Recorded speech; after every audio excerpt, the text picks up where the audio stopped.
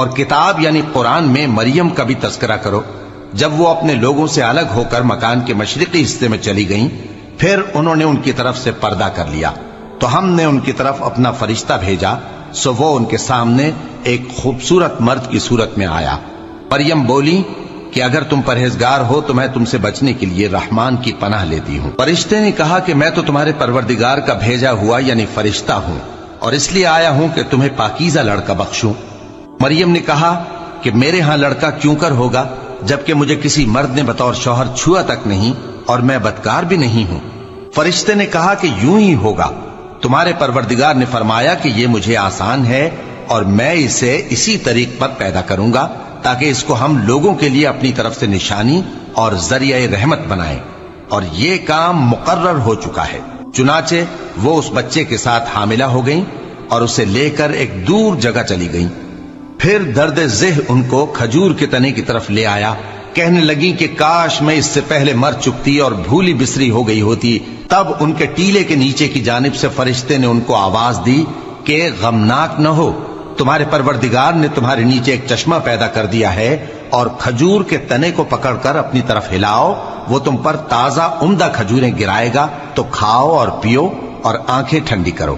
اگر تم کسی آدمی کو دیکھو تو کہنا کہ میں نے اللہ کے لیے روزے کی منت مانی، تو آج میں کسی آدمی سے ہرگز کلام نہیں کروں گی۔ پھر وہ اس بچے کو اٹھا کر اپنی برادری والوں کے پاس لے آئیں۔ وہ کہنے لگے کہ مریم یہ تو نے برا کام کیا، اے ہارون کی بہن، نہ تو تیرا باپ ہی برا آدمی تھا اور نہ تیری ماں ہی بدکار تھی۔ تو مریم نے اس بچے کی طرف اشارہ کیا۔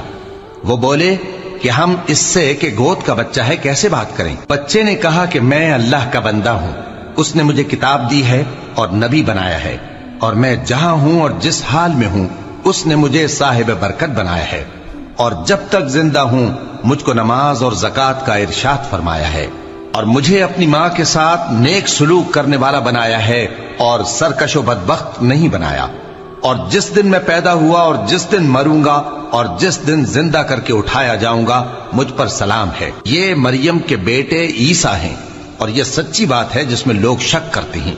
اللہ کو شایع نہیں کہ کسی کو بیٹا بنائے، وہ پاک ہے، جب کسی چیز کا ارادہ کرتا ہے تو اس کو یہی کہتا ہے کہ ہو جا تو وہ ہو جاتی ہے، اور بے شک اللہ ہی میرا اور تمہارا پروردگار ہے، تو اسی کی عبادت کرو، یہی سیدھا رستہ ہے۔ پھر اہل کتاب کے فرقوں نے باہم اختلاف کیا، سو جو لوگ کافر ہوئے ہیں ان کو بڑے دن یعنی قیامت کے روز حاضر ہونے سے خرابی ہے۔ وہ جس دن ہمارے سامنے آئیں گے کیسے سننے والے اور کیسے دیکھنے والے ہوں گے، مگر ظالم آج کھلی گمراہی میں ہے۔ اور ان کو حسرت و افسوس کے دن سے ڈرا دو جب بات فیصل کر دی جائے گی اور وہ غفلت میں پڑے ہوئے ہیں اور ایمان نہیں لاتے۔ ہم ہی زمین کے اور جو لوگ اس پر بستے ہیں ان کے وارث ہوں گے، اور ہماری ہی طرف ان کو لوٹنا ہوگا۔